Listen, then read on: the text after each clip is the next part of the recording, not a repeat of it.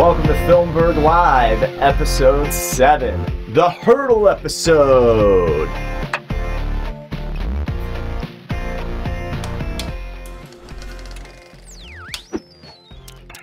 Hey guys, I'm Pollock Taylor. Thank you so much for watching tonight. We are so excited to be here. We have another amazing guest in our studio, and we are so excited to introduce you to not just this person, but their work. We got a lot going on in the lives of Filmburgh, and we're excited to share a lot of that. If you're new to this channel, let me just explain a little bit about who we are and what we do. We are a small collective of artists and entrepreneurs who have designed a way to live our lives as free as possible, doing what we love. We don't monetize this channel, and we hope to never monetize it. If you really like us and you want to help support us even more than just clicking that subscribe button, then head on over to eBay or Amazon and search for Film Gear by Filmburgh. Those are our shops, and that's how we keep this little engine that's gonna chugging along. So thank you again so much for being here, whether you're watching live or you're watching 100 years from now. I appreciate your view. Wes, how's it going, man? Oh, it's going great. Episode 7. Oh my gosh. So it's the Hurdle episode. Yes. Statistics show that ventures of this kind, podcasts, and we like to call ourselves a live vlogcast, which we believe we're the only one that exists right now. So, you know, get in on the scene stir floor. Yes, get in while it's popular. Yeah. Now, 50% of these things end after episode 7. So I want to start this episode with an announcement. This will be our last episode. No, I'm just kidding. Just kidding. No, please, God, we just got here. You probably just found us. Please don't go away yet. You just started watching. Yes, and then beyond that, what they find is that anybody who makes it past 7 episodes, half of those at least are not active. So they're not producing new content on a regular 6-month basis. So we hope to defy both of those statistics at least. And yeah, so we got a lot of good stuff to talk about. I really don't want to waste any time. We have an amazing guest here. He's a director, a cinematographer, a musician, who's doing a lot of really cool projects, both on screen and for your ears. I got to tell you, I spent all day while I was tying up the loose ends for the show this evening, watching all of his videos and listening to all of his music on Bandcamp. We'll make sure that you have links to all that. But without further ado, everybody, this is Benjamin T. Wilson. Oh, thank you. It's good to be here. Oh, this is fun. Yes, absolutely. Oh, quick little, well, Where am I? Look at that. I'm invisible. This is going to be an amazing effect, everyone. Nobody's even going to know I want to know how it works. Oh my gosh. What's up, Internet? Okay. I'm here now. Here we go. You know what? It wouldn't be a live show if there weren't things, you know, messing up all over the place. So. Gives a character, right? Yeah, exactly. So, Benjamin, thank you so much for being here. Thank you so much for your patience. Even though we were still a little late tonight, this is the earliest we've gotten this show going. So, yeah, we're very excited to have you and talk about all the stuff that you're doing. So, why don't you give us a little bit of a background? Who is Benjamin T. Wilson? Who's Benny to the T? Benny to the T. No, I'm your standard indie scrapper, filmmaker, wannabe musician, jack of all trades type of guy. I've been in Pittsburgh making films pretty regularly since 2016 or so. Doing the short film thing, doing the festival track, building my way towards making features, which is kind of the phase I'm in right now. And then, you know, music on the side, like any self-respecting artist tends to do. Oh yeah, you always got to find a little way to put some music in there. Yeah, it was a game. I did a lot of music in college and kind of fell out of it for a couple years and really wanted to get back in, and then I got back in and now it's distracting from everything else I'm trying to do. So I love it a little too much for my productivity. Yes. Well, I find that too. A lot of times when I get started, I have to start my day with playing a little guitar or, you know, a little bit on the keys. And then when I get bored, you know, I hit a wall and I'm just like, I'm gonna noodle. So yeah, I find my music creativity flows best when I have to be up early the next morning. And it's like 2 in the morning and it's like, oh, there's all the song ideas I've been trying to write for God knows how long. So. Yes. And it's amazing, like, music inspiration, at least to me, always seems to, like, be feast or famine hardcore, you know? All of a sudden I have too many words and I can't get them down fast enough, or I got nothing, you know? No, I'm 100% the same way. Film is the kind of thing that I can have discipline. I can sit down, and if I know I need to get something done, I have work I need to get done, I can just kind of force my way through it even if I'm not feeling it. Whereas music is much more, you need kind of the divine spark of inspiration or you're not going to get anywhere. Yes. At least for me. I know there's people who can approach music the way I approach film, so. It's amazing how film and music just kind of like mesh, you know? Back in, you know, in the past we had those movies where you had those big opening scores, you know, those title sequences, and you got introduced to like the soundtrack. And, you know, speaking of great music, Green Book, you know, give you a great appreciation for piano. Like the guy, forget the guy's name for the life of me, but piano his playing is amazing, and it's very, very good. Great movie, very well deserved a Best Picture too. So if you really like music, check that out. Well, I love music, and this is the second show that we didn't know that awesome actor's name, so why don't we fix that? But the actor, Mahershala Ali? So Mahershala Ali. You gotta know him. He's the best part of everything I've ever seen. Let's just say Viggo and Ali. Oh, Viggo and Ali. That's easy. Yeah, he is. So Mahershala has definitely become one of those actors that as soon as I see that he's in the thing that I'm watching, it's like, oh. Like, I had no idea he was going to be in the first season of Luke Cage. He made that season. Yeah, that's probably one of my biggest criticisms of that season is how they utilized him, not spoiling anything for those still behind. Yeah, well, no, listen, the show's canceled. Netflix, Marvel, that universe is done, so spoiler warning forever on Filmburgh. We will be spoiling it. So... yeah, awesome. Well, hey, Wes, why don't you give us a little idea what's going on in the world right now? Well, I guess the biggest thing this week was, you know, Michael Jackson's Leaving Neverland documentary. You know, radio stations pulling off his music, and, you know, that just being a whole spiel on, you know, all the sites of social media. Just, you know, ranting on that. And have you guys watched that? I have not seen it yet. I watched it. We started last night. It's 4 hours, like 4 hardcore hours. And I woke up early this morning to finish the last hour and a half of it because, like, I had to know what happened. And one of the biggest things is that the victims, who are the central part of that story, the way that they were explaining how they felt is, and I'm not trying to equate myself to these victims in any way, but the lack of being able to align these two separate ideas around this one individual was part of why he was able to be, or you know, what they're speculating, what they're saying is he was able to be such a good predator.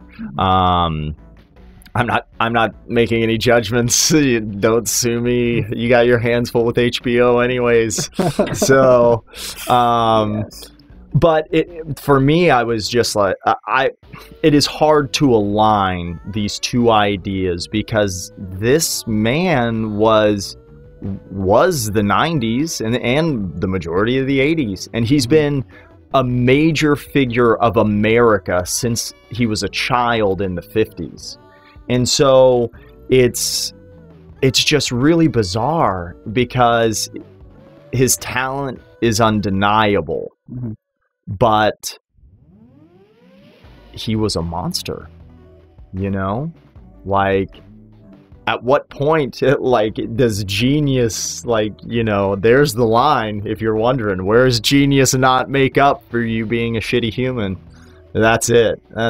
But it's a really well-made documentary. It's very, very compelling. So if you do sit down to watch it, you'll get through it. That's my 2 cents at least. So any other thoughts on Jackson? I had a whole spiel, but I just watched it today. So I mean, I'm just gonna have to check it out. Yeah, I mean, it's kind of disheartening to see that happen to someone, you know, and of course, you know, he's dead, so it's, you know, but yeah, I'll just have to watch it, you know, Seems to be check the it out. pattern this year. The documentaries taking down big-time musicians.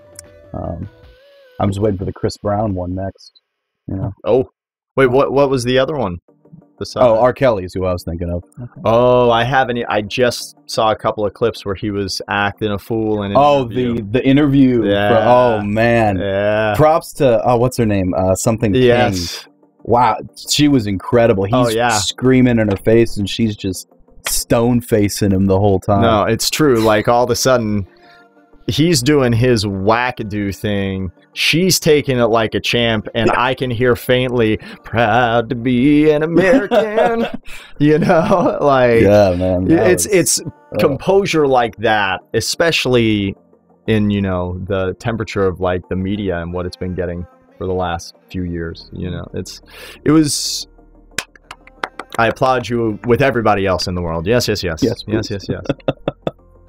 So, real quick, I want to throw out to anybody that's watching, we have been trying to up our game on this show. You may have noticed with our new animated transitions that we're super proud of.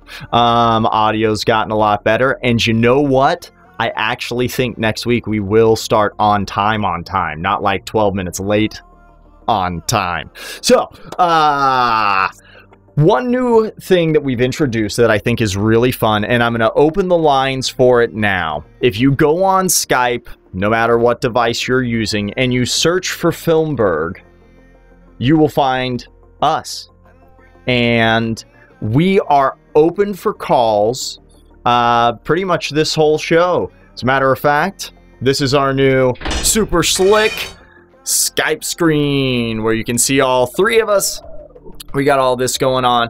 So guys, this show, we're going to try to make it as interactive as possible. Please, please, please call us on Skype as we continue this awesome conversation. So, Benjamin. Yes, Benjamin. Now, we just met literally for the first like time a half tonight. hour ago. Yeah. Yes. I've been a fan of yours for a couple of years. You may remember we spoke briefly on Facebook a couple of years ago while I was looking for a cinematographer, a director of photography. And you sent me your stuff, and my first thought once I saw everything was, oh, I can't afford this, man. So I believe I told you something along those lines, and I said, you know, I really hope that we find some way to work together in the future. And this is a beautiful start. Yeah, this is great. Yeah, well, thank you so much again for being here. I really just want to talk about a lot of what you did when you were getting started. Okay. So when did you start? When did you get into filmmaking? I mean, I got into the craft, I mean, when I was like 14 or so. I didn't start actually getting good until late in college, which I think is the pattern for a lot of people. It started out because a friend of mine, who I actually just spent all day on set with and promised I'd shout out. Hi, Peter. I hope you're watching. He shot a film. I do too, Peter. What's up, Peter? What's up? He shot a film as a class project, and I don't know how he knew, but he'd heard my family had just gotten an iMac, so he asked if I would help him edit it. I taught myself iMovie, and we spent something like 13 hours straight cutting this film, and that kind of was my wake-up call to, oh, this is something I love doing.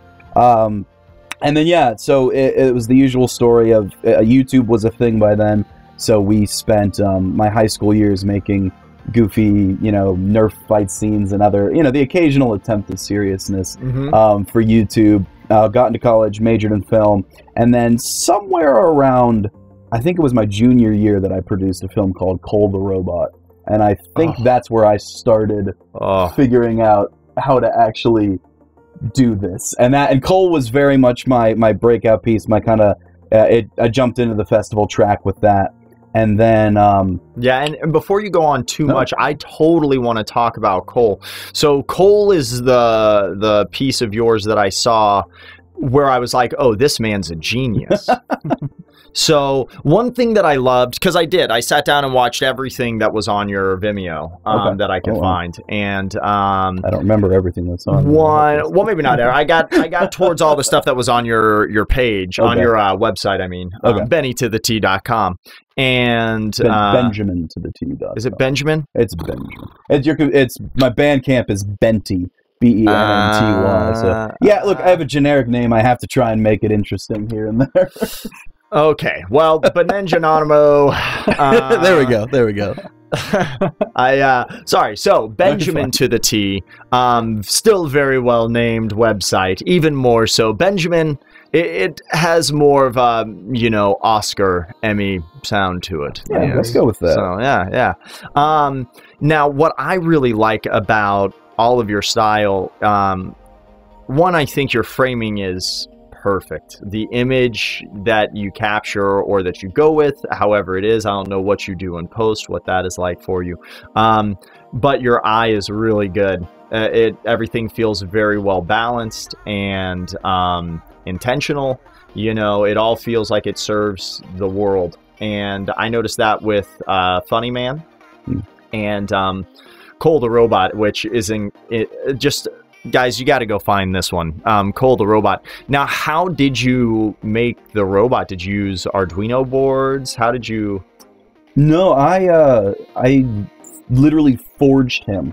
I got a bunch of computer scrap and stuff to build the body. I went and bought a bunch of kits and stuff to kind of build the frame for the wheels. And then I was in college, and I was actually in a metals class at the time. So I had access to the metal studio. So the head I literally like just forged out of copper and, you know, designed and then added the circuitry and the interiors for the lights and whatnot. And then he's just a puppet. I brought him to life entirely through puppetry. Really? Yeah, composited out the wires in post. But he's there's no automation in him. It's all puppetry. It's also your practical, your mastery of the practical is something that stands out too, which I think is part of why your films are so successful. You know. Yeah, you call it mastery. I call it figuring it out on the job. I had no clue what I was doing when I came up with a theoretical way to bring him to life, but I honestly had no idea if it would work or not. Well, you rolled the dice and it paid off. Yeah, like it was definitely a very, very a very exciting. I've never seen a festival piece like this. It was very well done, and I actually have a little toy. I got it turned off. It's a vector robot. Have you heard of those? Possibly. It's like I'll show it to you after the show, but it's pretty much Cole the robot. The toy 2.0. Yeah. So it's like it's with the hard plastic casing that you designed after you got your first round, right?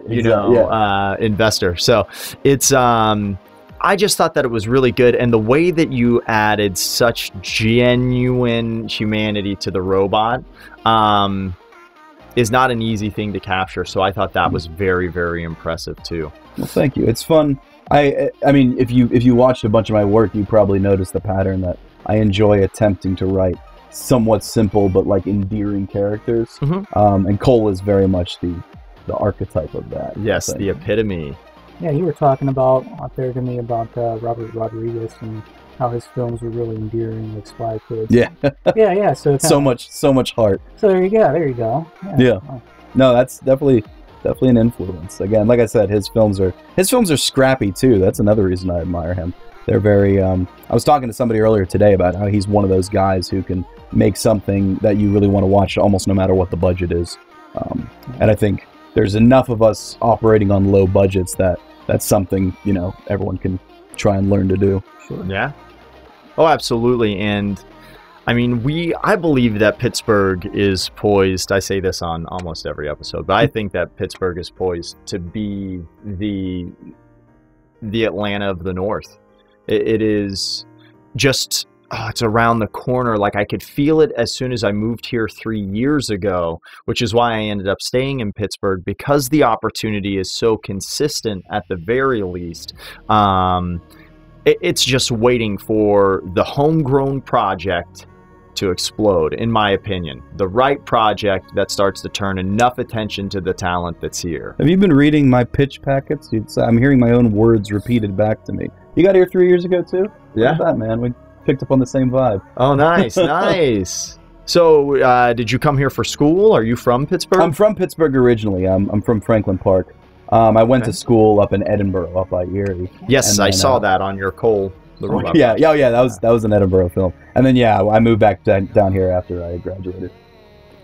But no, the Atlanta of the North, the Hollywood of the East, whatever you want to call it. I definitely think not so much in infrastructure sense, but just in just sheer raw potential of the film scene here. That's another reason I've stuck around as long as I have. Is again, like I said, you put it the way I've always put it. It's waiting for the homegrown project, not the thing coming from elsewhere, but something made right here by a hometown person to try and really kickstart the indie scene in a way that, because it's there. There's an indie scene here. Absolutely. There's plenty of films getting made, but it just needs that next or maybe 2 or 3 pushes. Maybe there's a couple films that come out. Who knows? Yes, it's hard to predict. But I think that the biggest thing, and that's kind of part of what I'm hoping Filmburgh can be, is a conduit. If you see somebody on this show, as somebody who's been on my show, please let me know if you want to meet them. And I'll make sure to pass along the information. Yeah, it's a small town, man. It's a real small town. And I think that with the way things are going for Netflix and stuff like that, creating your own projects before distribution or anything is actually even more viable than it ever was, because there are actually opportunities to sell your project. And so I think that, it's close. It's close, and I hope to be a part of it. Yes. So, hey, Wes, why don't you tell us what else is going on in the world? Well, speaking of Pittsburgh, getting up to that stage in Hollywood East, Pittsburgh Film Office wants to push for a production company here in Rankin. So they want to raise $5 million to get a new production company here. Yeah, they're trying to buy the Carey Furnace, right? Or did they already buy Carey Furnace? They might have already. I saw something about they're trying to build something or other there. Yeah, they've done a lot of stuff there. They were filming Outsiders. Yeah, I did a couple. I did a couple days on that. That was I wasn't over in there. I was over in Millvale. That was a good production though. A lot of good people. Yeah. So that's great news. Yeah, Carey. I've been to Carey Furnace. It's a cool place. It'd be a really fun. It'd be a real fun just environment to put a film stage or a studio or whatever we're trying to put there. Yes. Like that'd be fun. So are they gonna, do you think that they would try to take down that whole site that's there now and replace it, or would they use the infrastructure? I would hope they kind of use it, because I mean everything's pretty much already there. I mean, if you want space, if you want, like, you know, I mean, I would kind of leave, you know, just kind of build on it. You know? And they've been renovating it for years. Yeah. They've been fixing it up and making sure the structure is sound and everything. So if that's all done, you know, like, just bring in the trucks, man. Well, I think they've been giving like tours to people, right? So so I mean, why not? Well, film shoot there too sometime. Out of the Furnace shot Out there. Of the Furnace, Not what's it called? Holidaysburg. That film that was part of the Chair project. I don't know if you guys are familiar with that. The Chair was a documentary. It was done through Point Park, and it was basically take two filmmakers, give them the same script, the same budget, stick them in Pittsburgh, and make them each do their own take on the same movie. And one of them shot a scene or a whole sequence at Cary Furnace. And the documentary, I highly recommend it, not just because there's some fun Pittsburgh faces in there, if you know the local scene at all, even though it's a couple years back at this point. But I've never seen a more insightful or accurate take on the behind-the-scenes look at the filmmaking process. Because really, it's staged very much like a reality show. They have the cameras following the filmmakers around at all time, but they take you through writing, they take you through pre-pro, they take you through production, they take you through the editing phase, and they really don't hold anything back. Like, you see it warts and all. There's even some scenes, like, if you watch near the end of The Office, where they start to make the documentary crew part of the thing more, and they see, like, the trailers for The Office coming out, and are like, oh my gosh, I didn't know they were filming then. There's a couple scenes like that where the filmmakers are having a lunch and they're complaining about production stuff, and then one of them glances out the window and sees a camera pointing at them, and they forgot they're still wearing labs. So it's good stuff, man. It's a great show. That's awesome. You do something that I thought was really cool that is not film related. And it's your music. Yeah. Now, there's a couple of things that I want to talk about. One, your Christmas album's great. Thank you.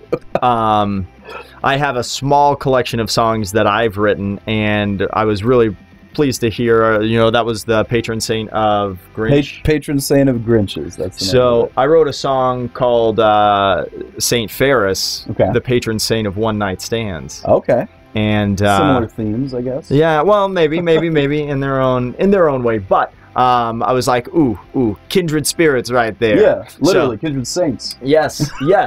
I could see the saint of Grinch and the saint of one night stands killing it out of town. Yeah. You know, that was a fun project, man. I started writing those songs somewhere around like December 3rd or 4th. It was a conversation between some friends of mine who were talking about there's no Christmas music for people who don't like Christmas music. And then, you know, they know I do music. So like, hey, Ben, write some cynical Christmas songs. And I'm like, all right, we got, 20 days till Christmas? I can make a whole EP out of this. So the Christmas album, because I noticed you have a couple of singles out too, and a couple of those. One, because you sing, like, this is you doing all the vocals for the most part too, right? So I got a lot of guests on the Christmas album. Yes, you did. But you're the hero of that album. Your other album, which I want to spend a little bit more time talking about, that I thought was just, the whole concept is really great. We'll get to it. Okay.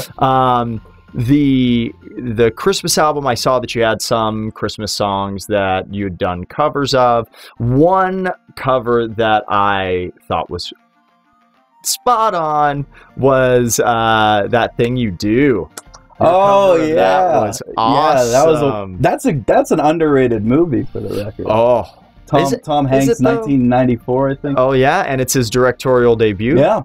It's and he wrote a lot of the music for it as well, which a lot of people don't know. Really? Yeah, he didn't write That Thing You Do, but he wrote a lot of the other pieces. Oh, I had no idea. So the other project, what is the name of your other project, the collaborative one? A la the 48-hour film festival. Oh, the October project. The October project.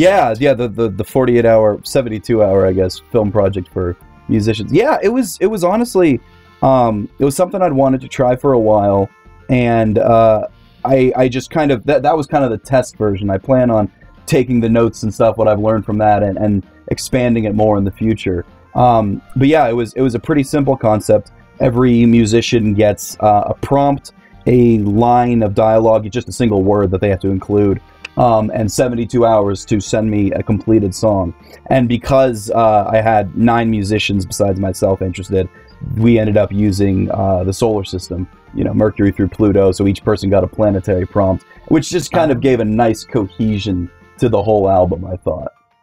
But it was just such an interesting experiment, and I have so many talented people I know in all sorts of different genres, and it was just so fun to see all their different minds working and the different ways they approached it. And even stuff down to some people chose to do more stripped down, just like themselves in an instrument, and some people were like me and were like ambitious and like, hey, I'm gonna do a whole bunch of production and try and have a full band sound, or like I was just so fascinated to see what people would do with it, and I really honestly I can't wait to do it again. Oh, I can't wait for it to happen again. I was just impressed, like that.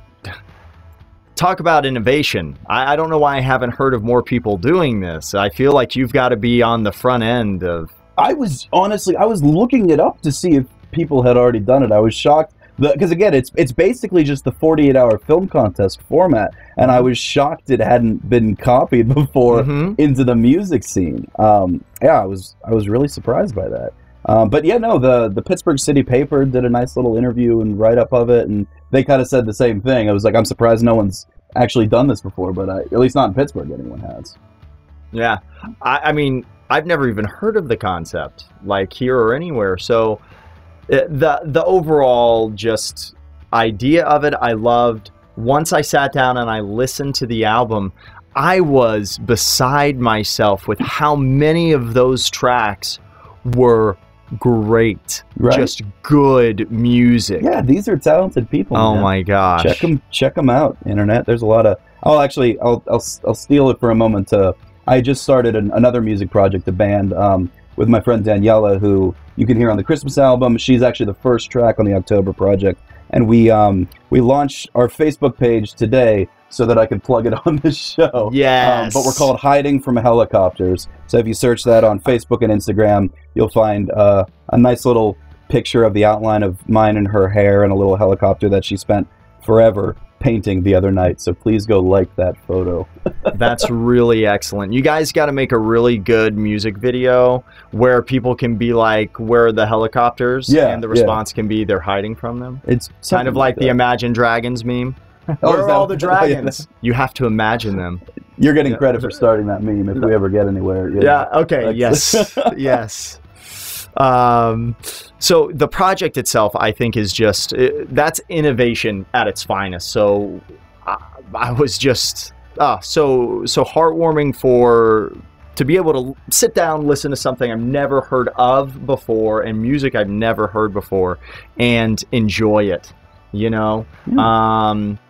and that's just more and more of what I find here. I feel like this community here in Pittsburgh is filled with just a wealth of so many talented people. Yeah, a good chunk of the people on that project are Pittsburgh musicians. We had a couple send in from elsewhere, just because, like I said, I got friends all over. But I've been getting into the local Pittsburgh scene, and there's a lot of really talented folks here, man. Oh my gosh! I've heard friends talk in other cities and stuff about, you can go to a local show and it's pretty hit or miss, but I found it's more hit than miss here, man. There's some really talented folks in this town, and I kind of hope they blow up more. Yeah, me too. And that's just right on the cusp too. We've had a couple of really good hits from people who made it in at least the R&B and rap scene, Wiz Khalifa. So it really is a matter of time. I think what it is we as a community just really have to push to make the percentage as strong as possible, Yeah. And it's like, there's enough success out there in this world to be taken. We just gotta actually go out there and do the work. I think music falls into the same trap as film, in the sense, I think it was actually Max Landis of all people that said, it's getting easier and easier to get your project produced, be that music or film, and harder to get it seen. Not because the means of distribution aren't there, but just because there's so much of it now. There's so much. Yeah. The volume of work, yes, and it does a lot of times. Like, it's either gotta grab me or I have to watch it. Like, there's a reason why I'm like, oh, I have to watch this, you know? So we've talked about your film, we've talked about your music, so I would really love to talk about what's next. What are you working on now? What do you have in the pipeline? A lot. Nice. So I've got the band. Our first EP should be out by May, hopefully. You know, it's tough to find the time sometimes. I shot my debut feature at the end of last year. I've been cutting it ever since then. That should be not available to the public, but that should be done by July, and it'll be out in next year's festival track. I've got... I'm trying to think what I can. I've got something else in the second half of this year I can't talk about yet. I've got something that happened yesterday that I can't talk about yet. Sorry, I shouldn't be talking about the things I can't talk about yet. But we're all excited.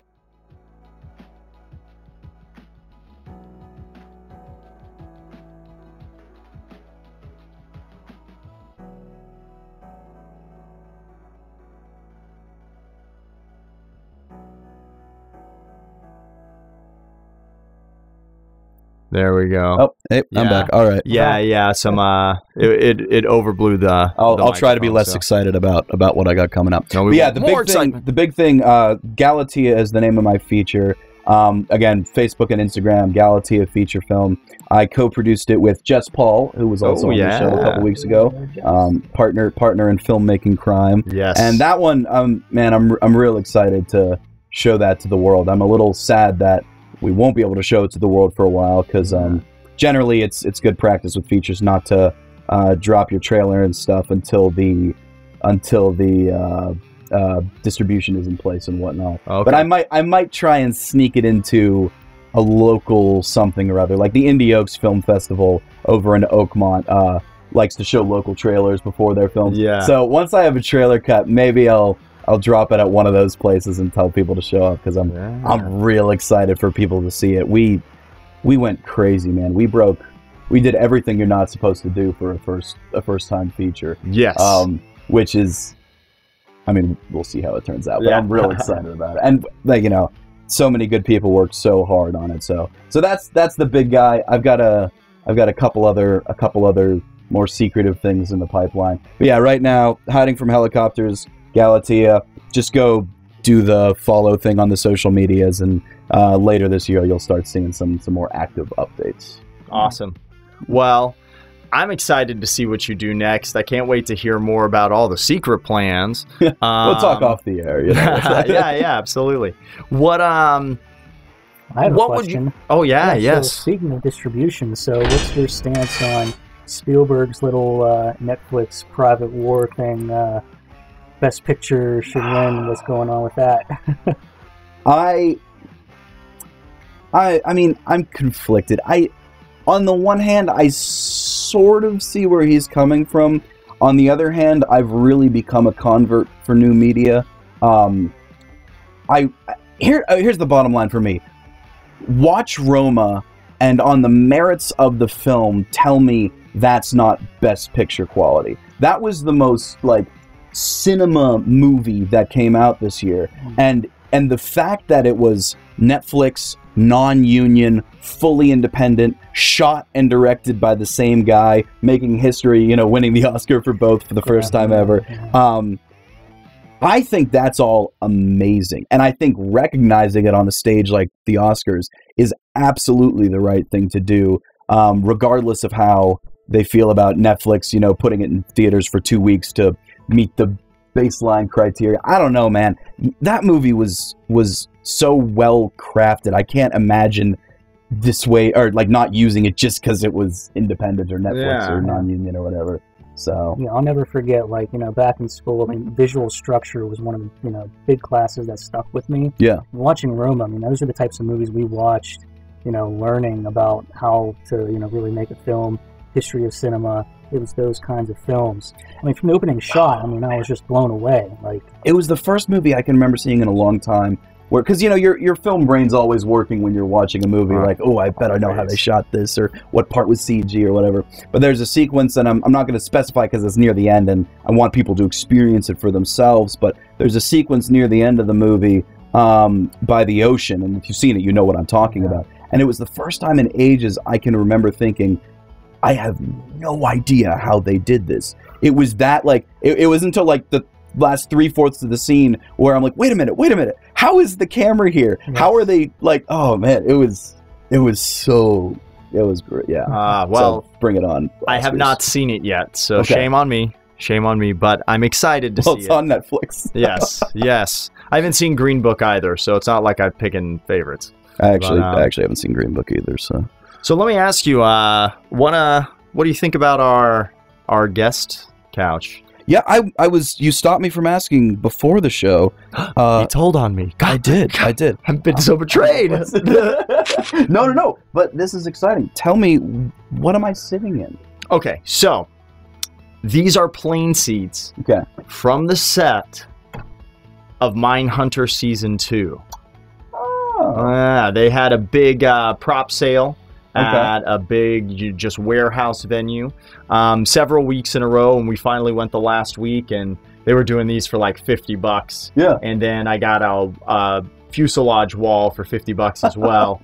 Like, you know what? We'll do something with this. If nothing else, we'll make this room look even more ridiculous. Hey, so I'm on board for ridiculous. Mindhunter, I'm not an actor in any sense of the word, but I did do extra work on Mindhunter just for a day, just to like see it, just to be in the presence of David Fincher. Oh man, with that facial hair masterpiece you got, man, they must have loved you. No, I saw a casting call for early 20s men with very long hair. Yeah. And for the first time in my life, I said I was born for this role. Yeah. So in somewhere in the middle of the episode, they're getting out of the car, and if you like look really closely down the street, I'm staring right into the camera like every terrible extra ever has.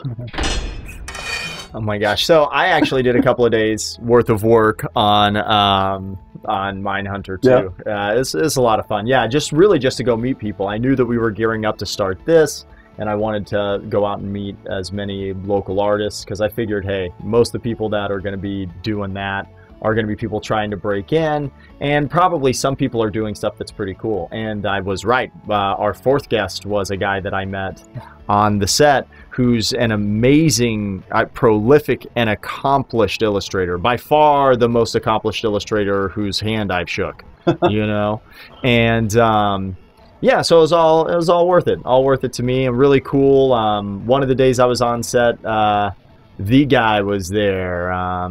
Who'd they make? Fincher. Yeah, Fincher was on set. Yeah, he was there. That was a fun moment, because the one guy I was with, like kind of the guy I was supposed to be talking to in the scene, just kept talking about Fight Club all day and how he's just here to make eye contact with Fincher. And then as we're walking to our spot, Fincher walks right by us, and I give him one of these, and he ignores me completely like he should. And the guy, I turn to the guy, and I'm like, "Hey, was that your moment?" And he's like, "What are you talking about?" I'm like, "That was Fincher." And he's like, "What? I missed him." Yeah, he missed his moment, man. He missed his moment. It hurts. Oh my gosh, that's a good story. Yeah, it was fun. It was a fun day. Yeah, it's a cool set. It's from that point, like, I realized that next time I do anything narrative, I really want to shoot in a multicam setup. Yeah, you know? Yeah, I wish. Yeah, well, so the program that I use to live stream through, I'm actually, the next thing that we film, I'm planning on using that to try to do some actual editing live during the shoot. Just to really kind of churn and burn. Yeah, I've seen a lot of YouTube shows employing that kind of format. Yeah, no, I'm curious to hear how that goes. Yeah. We're going to find out, and hopefully we'll talk about it on our channel a Yeah. whole bunch. All right, here's what we're doing. Okay, here's why that didn't work. Okay, here's why it still doesn't work, but we're pretty sure we got it this time. So, yeah, no, so it's a lot of fun. We love doing this, and we love having people like you come in here. It's like I said, you know, I talked to you a little bit a couple of years ago, and since then I knew that I wanted to meet you. I think that you're a rare individual as far as your artistic mind goes. I can't say your eye or your ear because you're great at both. Thanks, and I do hope that we find a way to work together more in depth in the future by coming together on some sort of project. I got something for you, but it's one of the things I can't talk about while we're live on the internet. Absolutely. Well, you know, we try as often as we can. We can't do it every week. You know, hey, we're just a small startup. We try to do something special for a guest, but we are so excited to work with you in one way, shape, or form. I want to offer our services for a full week, a full 40-hour week on the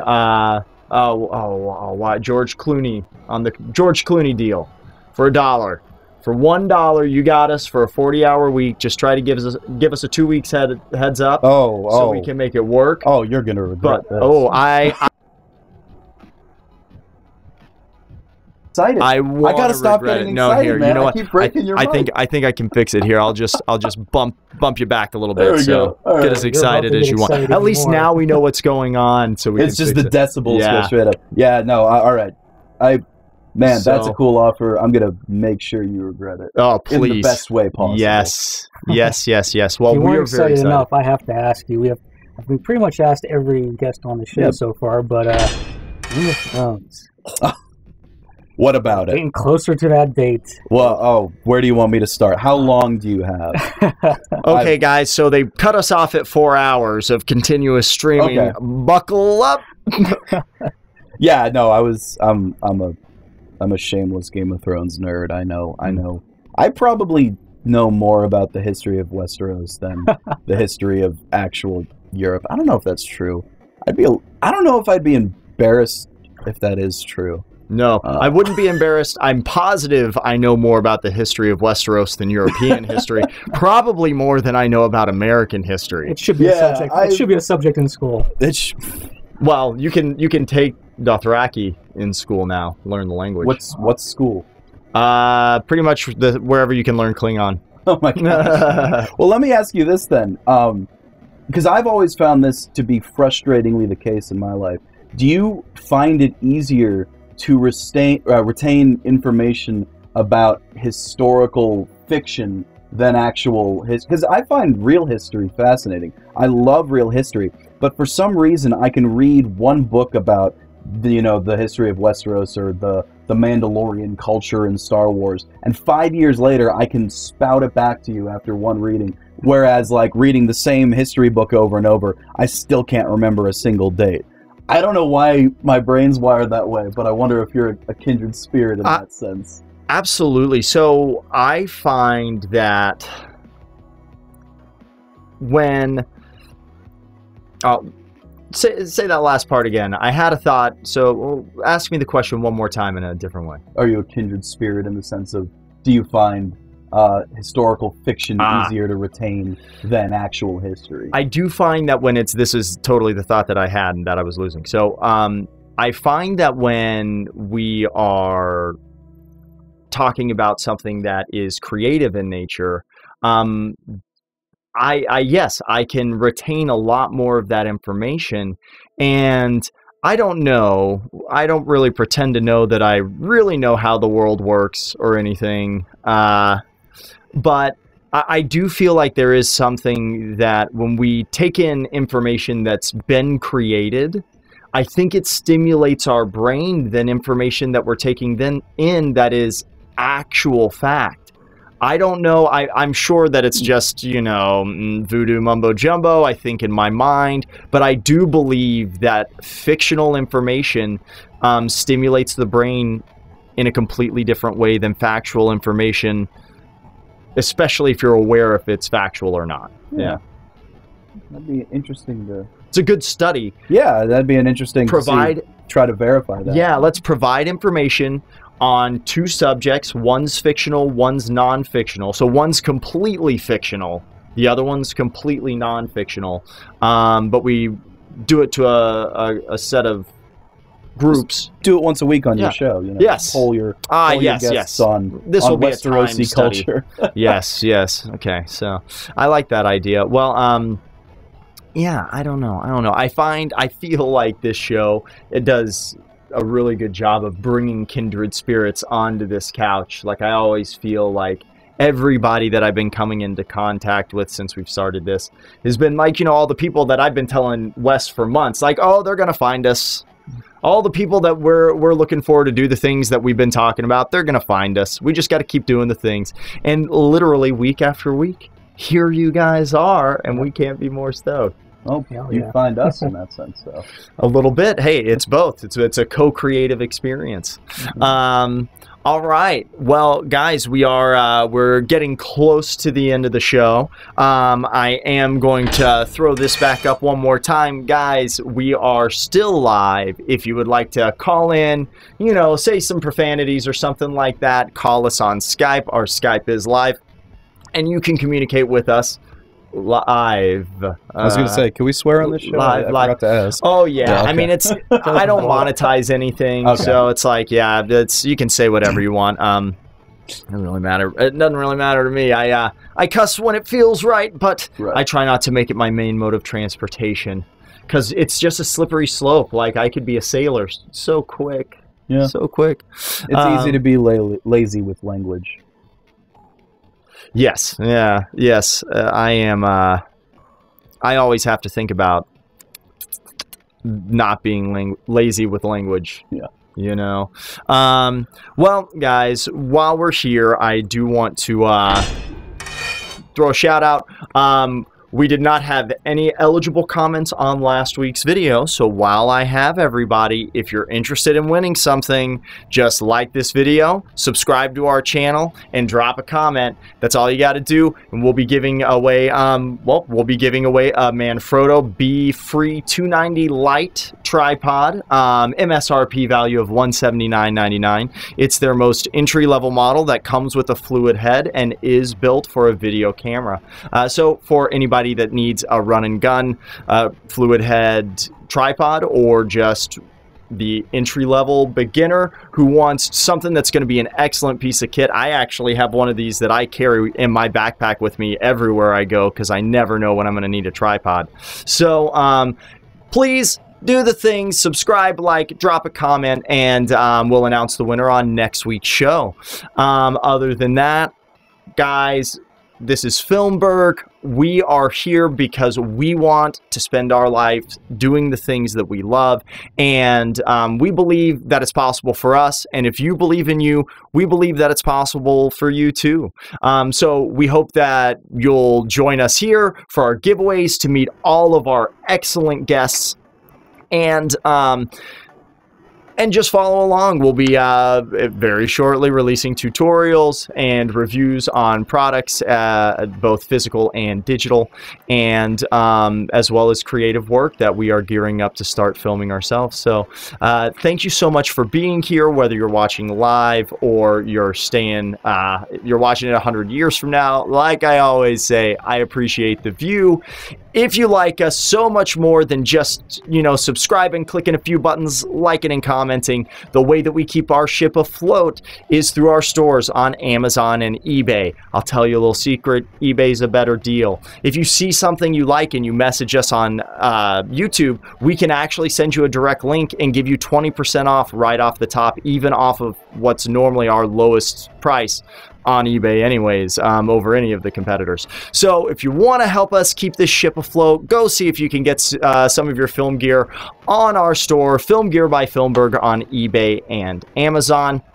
Now, that's pretty much all the plugging that I got to do. If you like the music that we have on the show, that's all licensed through Soundstripe. I have a link. It's an affiliate link. So if you do need music for your next project or advertisement or show or movie, it was built for independent filmmakers by independent filmmakers. It is great, and the amount of music there is incredible, both with vocals and instrumental, across all flavors that you could possibly need. So check that out if you're so inclined. Now, before we sign out, why don't we sign off? Typically, I like to ask our guests one question. If our viewers were to find themselves on a desert island and they were only going to have 3 movies or 3 collections, you know what? 3 collections of film or television. So it could be full series. It could be, you know, the entire run of Resident Evil, you know, so you can give them more than just one film. Okay. It can be a collection of work, like the whole Harry Potter movie franchise. You could do that. So, you know, you're just trying to help them stave off the impending insanity. You can't get away from it, guys. You're on a desert island. But he's going to try to help push it off for as far as possible. So this is purely to last the rest of their lives, not just like my favorites, because I just give them a couple movies. But if they need this to last a while, I don't know. Give them the entire run of Degrassi, because that's like that's like 20-something seasons, 40-something episodes. So that'll last you a bit. Yes. You know, Game of Thrones is pretty long, so give them some high quality. I don't know how it ends yet. We're about to find out. I think a couple of us are very excited to find out. You know, this kid's excited to see how season 4 ends. Yeah. All right, so like catching up. Season 4 ends pretty well. Season 4, Mountain and the Viper. Ooh. Ooh. I can't even say anything else because that episode. Ooh.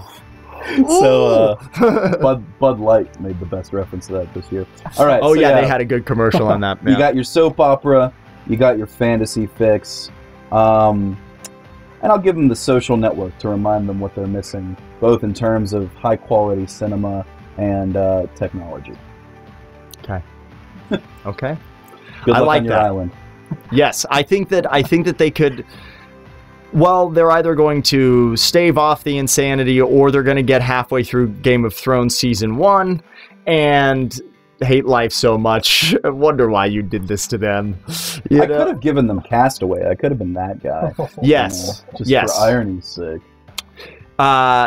And then if you had gone that route, you should have followed up with, and the other 2 movies are actually home movies, Castaway 2 and 3 that I made myself. Yeah, I heard somebody yell, Wilson, one too many times. That part's true. Oh, gosh. Well, Benjamin T. Wilson, I just want to say thank you so much for being here. It's been such a pleasure meeting you, getting to know you. I want to let you know your work is top of the line. Whatever school you came from, should be so proud. It's just really amazing to meet somebody who puts the amount of effort into the work that you do, and it shows, you know. Just beside myself. So thank you. Oh, thanks, thank man. you I really so much for appreciate being here. Yeah, anytime. Yes, absolutely. We will be doing this again as soon as possible, as soon as we can fit it into the schedule. So, guys, thank you so much for watching. This has been Filmburgh Live, episode 7, The Hurdle. Yes, we will be back for episode 8. I can see some comments on here already. So, guys, thank you so much for being here. Make sure you've subscribed and yada, blah, blah, blah. Thank you so much, Wes. You want to give a quick sign-off? Thank you for tuning in. Episode 7 next week, episode 8. It's going to be a great one. Awesome. Yes, thank you, guys. All right, so we'll see you next week. Have a great one, Filmburgh. As always, I'm Pollock Taylor. Follow our story, and let us help you tell yours.